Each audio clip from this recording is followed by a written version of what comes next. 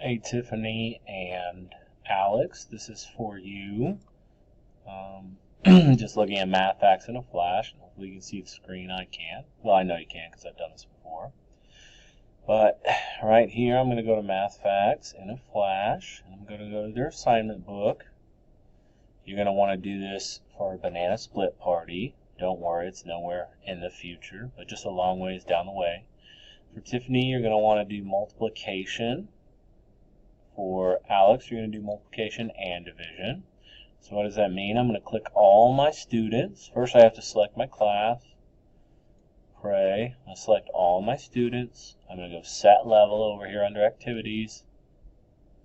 And you can set them at any level you want. I have the high, so I'm going to set my level at multiplication. So I just scroll down until I find multiplication by zeros and ones.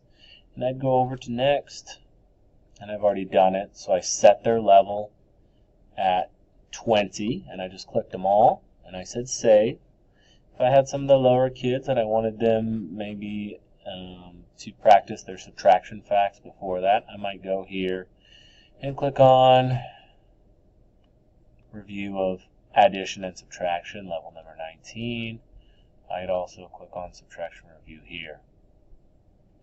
So we've set that. Now I'm going to go back to my assignment book. We all know we have kids that are going to take a little bit longer, and as you get into this, you can see their time over here and how fast they're going. The average time for them to get, I believe, is a minute, but you can go in and set their time and give them extended time. So I'm going to go edit, mastery time, and it's a good time to do this. Oh, there you go, 2 minutes for everybody. It's a good time to do this early. So then I just click over to 20, and I'm going to click them all. I'm going to say 20,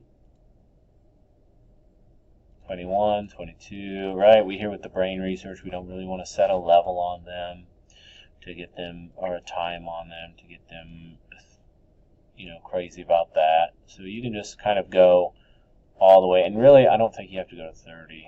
Oh, yep, you do.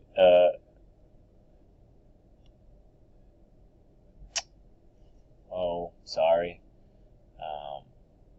Tiffany, you would stop at 30 if you wanted to. And then Alex, you'd go into 31. And then all the way to 40, I believe. 41. Yeah, 41 is comparing fractions. So once they get to comparing fractions, then they're done, and we'll talk about what that looks like. So me, I'm going to go all the way to 41.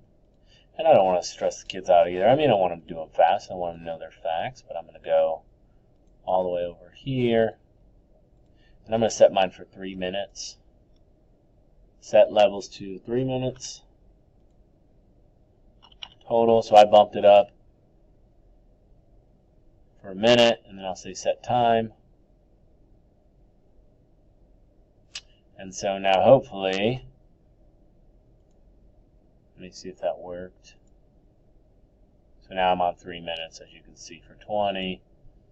And then all of them, I set them 4 minutes, I'll set them 5 minutes, I mean, whatever you think. And as you get into it, I definitely don't want a kid coming up and saying, I didn't do it in enough time. So then we're rethinking that, right? So then when they go into here as a student, they'll go into math facts in a flash. They'll click on it whenever they have time. I usually do it on one day. So maybe I'll do it every Monday, not this week. Or maybe I'll do it every Tuesday. That's something you can do for their seat work when they come in. You kind of need to work that out with when you get the iPads. Between Charlotte and I get the iPads for the first half of math. She gets the iPads for the second half of math. So I let them work on iPads, and I kind of schedule my class with iPads, whenever we use iPads, towards the first part of class. So that's kind of that. And you can also set it up, I've done in the past, where half my class is working on, so I only need 12, so then Charlotte could have the other 13, 25 iPads. And then you just have them click on Math Facts in a flash and go from there.